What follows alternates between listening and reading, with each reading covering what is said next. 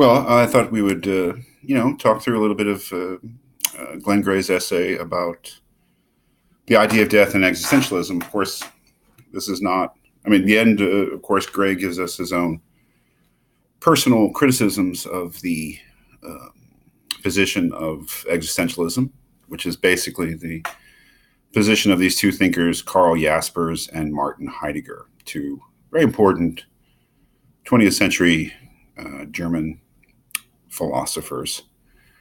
But mostly it is Gray in, I believe, the early 1950s, giving an American audience an introduction to a couple of thinkers that maybe weren't so well known at the time. And certainly Heidegger has, on both sides of the ocean now, been recognized somewhat ambivalently as one of the most important 20th century philosophers. And I say ambivalently because he was basically a Nazi, unrepentant Nazi, which, is a problem. But maybe that's a discussion for another time. Gray is concerned with presenting this idea. Why is the idea of death so central to the philosophies of these two men? What conception of death's relationship with human existence basically is at stake here? Well, one of the first things he does right in the beginning of the essay is to mark that death was ignored by Western philosophy for a very long time. It was not essential in sort of early modern philosophy. He speaks a lot here of Spinoza, who I believe was 17th century, right? Yeah, 1600s. Death was not really an important subject for thinkers like Spinoza and for Enlightenment thinkers in general. Although, as he notes, death was a central concern of Greek and Roman thinkers, Socrates, others, especially the Stoics, Roman philosophers. That it was eclipsed as a serious philosophical subject. He hasn't really explained that in any depth. Gives some suggestions of why that might have been so, but certainly wants to concentrate on the fact that in the 20th century, as he says here, death has been rediscovered as a philosophical idea and problem. That is something that is of central philosophical significance, as opposed to its marginal place in Western philosophy according to Gray, for a very long time. And so what he wants to ask are these questions here. I don't know what page we're on, page 114. Down here, what meaning and significance can be attached to the fact that man must die, which is very similar to the way that Jonas was approaching it.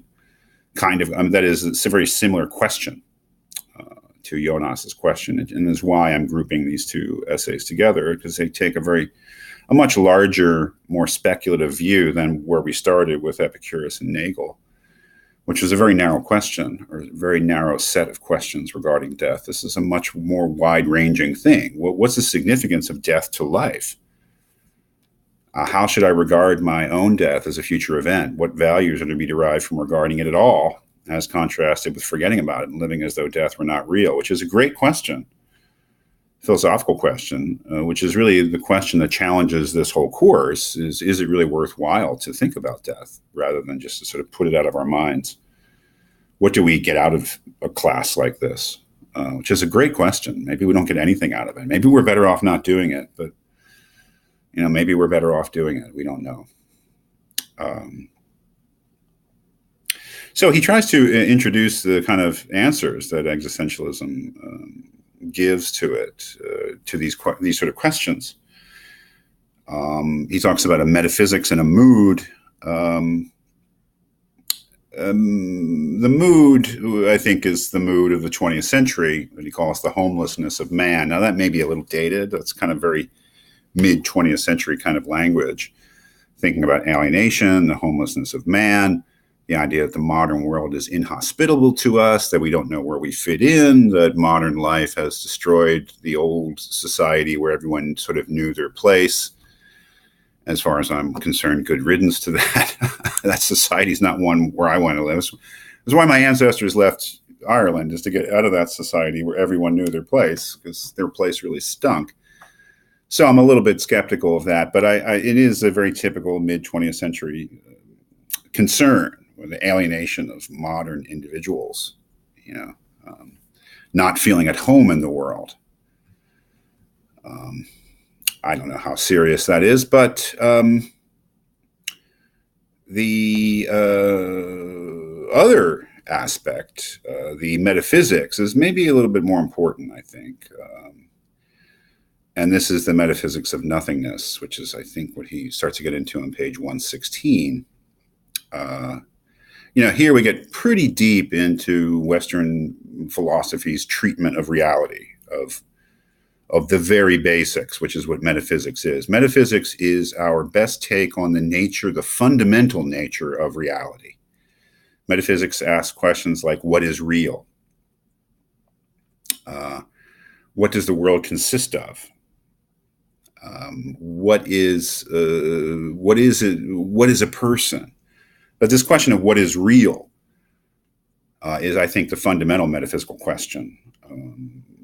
Is the material world all there is, or is there a spiritual or ideal or mental or intelligible world? This is the great debate in philosophy from the time before Plato and Aristotle, but certainly Plato and Aristotle on, about that, whether or not the world consisted only of material things, or whether the world fundamentally consisted of ideal, intelligible, thinkable things, which was Plato's position.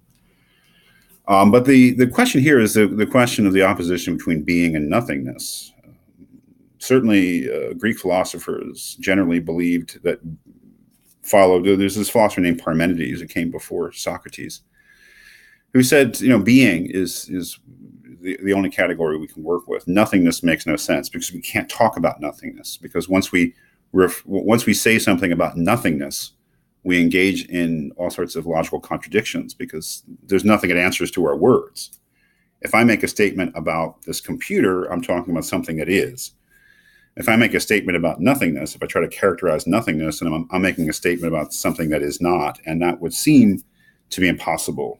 And so the very idea of trying to say something about nothingness would lead me into logical absurdities. So Parmenides just said, just don't ever mention it, because it'll just mess everything up. Existentialists take the opposite. It's the category of nothingness or not being that they embrace. They say you cannot understand reality unless you understand or take into account non-being, because non-being or nothingness or non-existence is at the very heart of reality. We can't understand reality unless we understand nothingness and non-existence. Now, that is a very large argument, and we would need to go to really do that, to really sort of explain how the concept of non-existence is essential to what is real, would take a very large undertaking. Thankfully, we're not going to do that in this essay, because what we're going to concentrate on is the importance of nothingness to human existence. And there, because we then are talking about death, I think we're on steady ground. Rather than do a really long video, I'm going to stop there and then concentrate on this idea in Heidegger and Jaspers that human non-existence and death is it's necessary to acknowledge it in order to understand our own existence and live in reality, or live in truth.